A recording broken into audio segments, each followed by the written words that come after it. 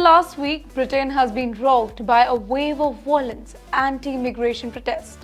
Far-right groups have launched attacks on hotels that were housing asylum seekers and on mosques, leaving community in fear and turmoil.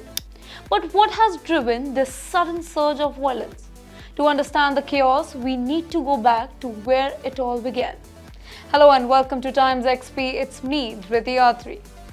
Now, the protests began after a tragic incident on July 29 in Southport, a seaside town in the northern England. Now, during the Taylor Swift-themed dance event for children, a brutal attack occurred, resulting in the death of 3 young innocent girls that were aged between 6 to 9. With them, 8 other children and 2 adults were also injured in the attack. Now, the police arrested a 17-year-old man in connection with this particular attack. However, false information quickly spread on the social media claiming that the suspect was an Islamist migrant.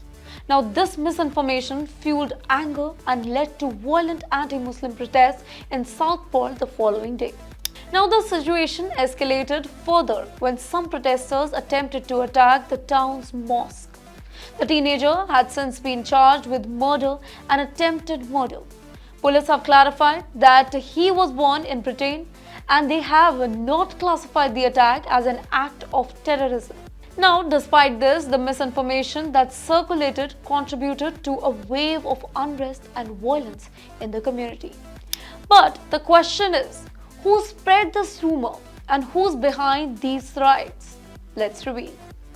So, a well-known anti-immigration and anti-Muslim activist like Stephen Lennon, also known as Tommy Robinson, has been promoting the online protests.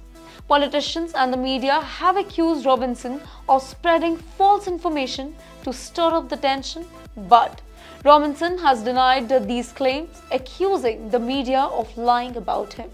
Meanwhile, the government also has criticized social media companies for not doing enough to stop the spread of false information.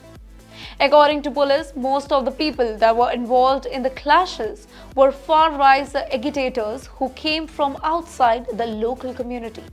However, some local people with their own grievances and young people looking for trouble also joined in the protest.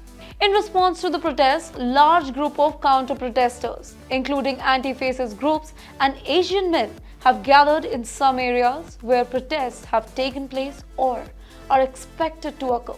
Now, many people that are involved in the protest call themselves patriots and believe that high level of both illegal and legal immigration are harming British community.